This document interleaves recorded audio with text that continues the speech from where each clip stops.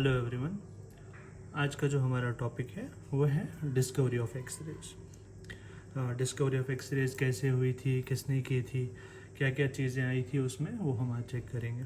ठीक है, बिल्कुल शॉर्ट में हम चेक करेंगे। ठीक है, तो जो डिस्कवरी ऑफ एक्सरेज है वो की थी सर विल्हेल्म कॉनराड रोंजन ने 8 नवंबर 1895 में। जो सर विल्हेल्म कॉनराड रोंजन थे वो हमारे एक जर्मन फिजिस्ट थे जो यूनिवर्सिटी ऑफ वर्सबर्ग जर्मनी में काम करते थे। तो वो एक ट्यूब जो है क्रूक्स ट्यूब, जो अर्ली कैथोड रे ट्यूब थी, उस पर काम कर रहे थे। तो वो क्या कर रहे थे, एक ट्यूब थी उनके पास, उसमें वो हाई करंट पास कर रहे थे। दो इलेक्ट्रोड थे उसमें, एक एनोड एक कैथोड। तो वो क्या कर रहे थे, जब इसमें हाई करंट पास कर रहे थे तो वो चेक कर रहे थे कि वैक्यूम में ये कैसे बिहेव करता है। जब हम इलेक्ट्रिकल चार्ज वैक्यूम में हाई चार्ज प्रोड्यूस करेंगे तो क्या वहाँ पे बिहेव कैसे करेगा, तो वो ये चेक कर रहे थे। तो ऑल ऑफ सडन जब भी वो हाई करंट पास करते थे उसमें, तो उन्होंने क्या देखा कि जो उनके पास साइड में एक टेबल थी, उस पर एक प्लेट थी। ठीक है, तो उस पर उन्होंने देखा कि एक शेडो सी है, ग्रीन लाइट उस पर चमकती है। जैसे मैं इधर हाई करंट पास करता हूँ तो यहाँ पे एक ग्रीन शेडो सी चमकती है सामने वाली पे। तो उन्होंने वो प्लेट चेक की तो वो प्लेट थी बैरियम प्लेटिनो साइनाइड की। तो जो वो बैरियम प्लेटिनो साइनाइड फ्लोरेसेंट मटेरियल है, जब भी वो किसी चीज़ से टकराता है तो एकदम चमकने लगता है। ठीक है, तो ग्लोइंग नेचर दिखाता है अपना। ठीक है, तो क्या करा था, तो ऑब्वियसली यहाँ पे चांसेस होते हैं कि बाहर से भी आ सकती थी, ट्यूब से भी आ सकती थी। तो आपको पता होना चाहिए ट्यूब प्रॉपरली कवर्ड था। ट्यूब जो था उससे पहले ऑलरेडी वो ग्लास लेयर जो उसकी अपनी थी, जिसकी वजह से वैक्यूम बनाया गया था। सेकेंड, आउटर लेयर में उसमें कार्डबोर्ड एक्स्ट्रा लगाया गया था ताकि उससे कोई भी लाइट ना आए। और जो प्रॉपर रूम था, जिसमें जो लैब जिसमें वो काम कर रहे थे, वो लैब भी प्रॉपरली डार्क रूम था। ठीक है, तो प्रॉपर डार्क था, तो उसमें कोई लाइट आने का कोई चांस नहीं था। तो जब उन्होंने हाई करंट पास किया वहाँ पे, एक पूरा करंट जब पास हुआ फिर से, तो उन्होंने देखा ये फिर से ग्लो करने लगा।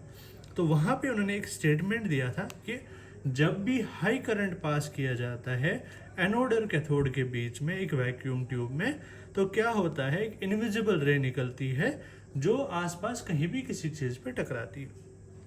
ठीक है, तो जैसे यहाँ पे बैरियम प्लेटिनो साइनाइड पे टकराया तो उसने चमकना शुरू किया। ठीक है, तो ये उनका एक्सपेरिमेंट यहाँ पे हमारी डिस्कवरी कंप्लीट हुई थी। लेकिन उसके बाद ऑब्वियसली अब ये रेडिएशन एक मतलब अननोन रेडिएशन है जिसके बारे में हमें कोई इन्फॉर्मेशन नहीं है।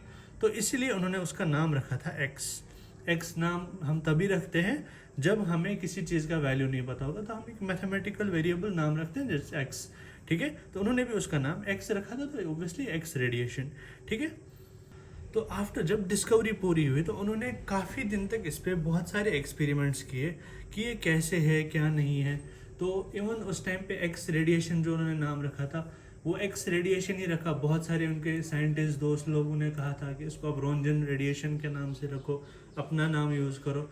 बट वो एक बहुत ही अच्छे इंसान थे, उन्होंने उसको पेटेंट किया ना कुछ किया, उन्होंने उसका नाम एक्स रेडिएशन ही रखा और हमेशा उसका नाम एक्स ही फिर रहा, इस वजह से ताकि हम उनको रिस्पेक्ट दे सकें। जबकि आज भी बहुत सारे कंट्रीज़ में इनको रोंजन रेज कहा जाता है, और जैसे यूएस में भी रोंजनोग्राम के नाम से इस रेडिएशन को जाना जाता है, वहाँ पे इनको एक्स रेज नहीं कहा जाता। साइंटिस्ट जो थे वो कंटिन्यूस उस पर टेस्ट कर रहे थे। तो उन्होंने क्या किया, वहाँ पे उन्होंने देखा कि बहुत सारी चीज़ों में ये ट्रांसपास इजीली कर पा रहा था। जैसे हमारे पास बुक्स है, पेपर्स है, कार्डबोर्ड है, जितनी भी लाइटर चीज़ें हैं जिनकी डेंसिटी कम है उनके आर पार इजीली चला जाता है। लेकिन जब हम उसको एक हाई डेंस चीज़ पे लगाते हैं जैसे स्टील है, बोन है, तो वो उसकी आर पार इजीली नहीं जा पाता।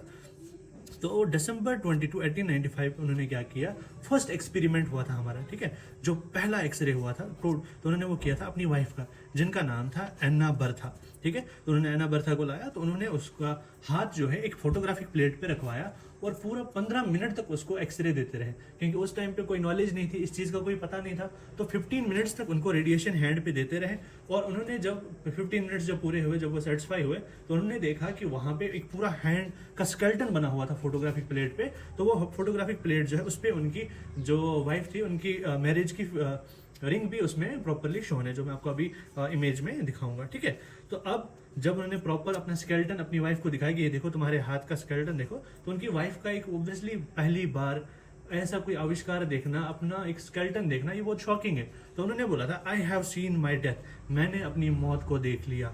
So it was a very shocking statement at that time. तो उसके बाद उन्होंने जो अपनी सारी रिसर्च एंड ऑल थी पब्लिश की 1895 दिसंबर, जो लेट दिसंबर में की थी, ठीक है।